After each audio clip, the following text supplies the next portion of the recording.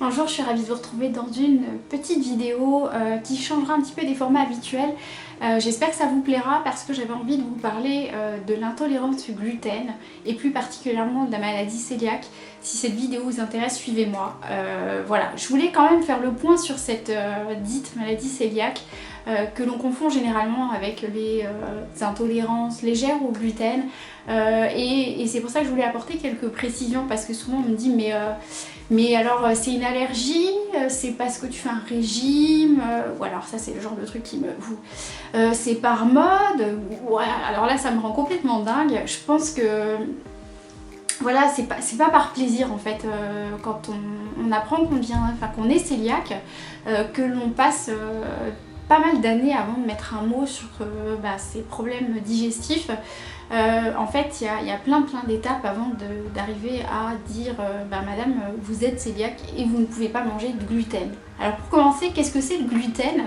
Le gluten se trouve dans pas mal d'aliments. Déjà ça, je pense que vous en entendez de plus en plus parler pour cause parce qu'il est partout.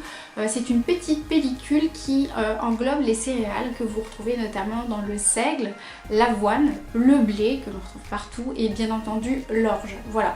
Donc déjà quand je vous dis ça, ça veut dire que ça va exclure pas mal d'aliments et tous les aliments industriels quasiment.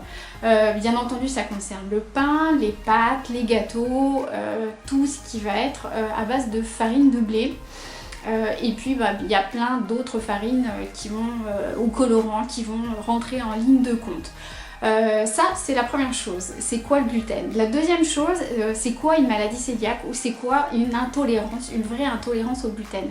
Alors ce n'est pas une allergie, c'est plutôt une maladie auto-immune, c'est-à-dire que c'est notre corps qui rejette voilà, certains aliments et qui s'attaque contre lui-même au niveau des parois du tube digestif. On rentre dans un truc pas trop glamour, alors je ne vais pas rentrer dans les détails, vous pourrez aller voir sur un lien que je vous mettrai là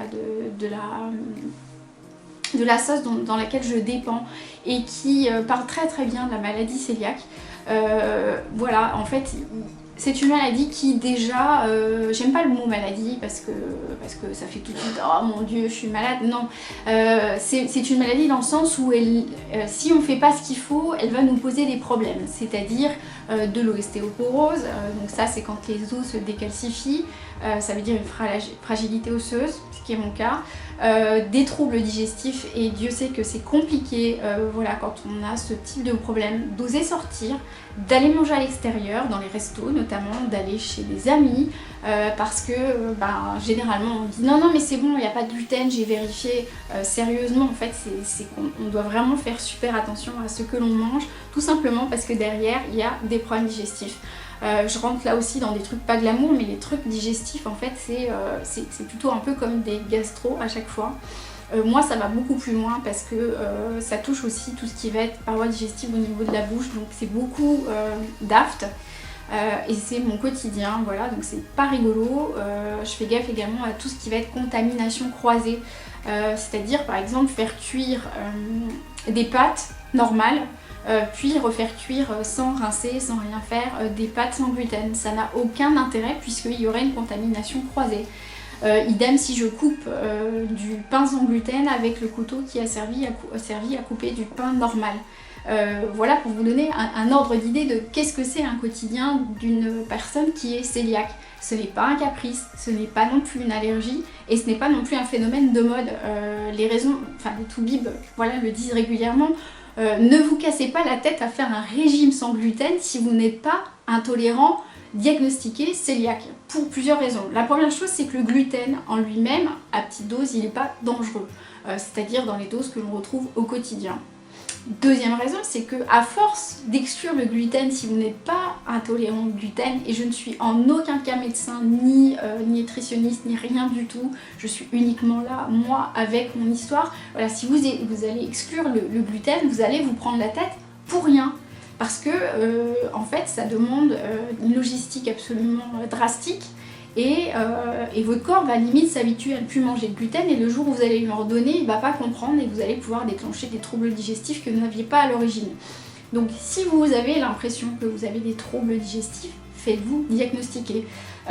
Moi ça a été un parcours du combattant, je peux le dire, parce que les toubibs donc d'abord m'ont étiqueté anorexique, Puis après j'ai entendu dire vous avez le côlon irritable. Puis j'ai également entendu dire oh bah écoutez c'est psychologique madame, vous avez mal au ventre. Mais le truc c'est que je continuais à perdre du poids, à perdre du poids, à perdre du poids. Moi la maladie cœliaque elle s'est déclenchée après avoir eu mon fils, donc ça fait maintenant plus de 6 ans. Et pour la petite histoire, mais là je rentre vraiment dans les détails, en fait moi j'ai eu un accouchement assez compliqué où j'ai dû être transfusée à l'issue de mon accouchement et a priori voilà l'explication des médecins c'est que ça a modifié mon métabolisme. Généralement c'est une allergie qu'on déclenche à la suite d'un changement de métabolisme. Alors soit on l'a petit vers 2-3 ans cette maladie, soit on va l'avoir à l'âge adulte vers 30-35 ans, moi je l'ai eu à 33 ans.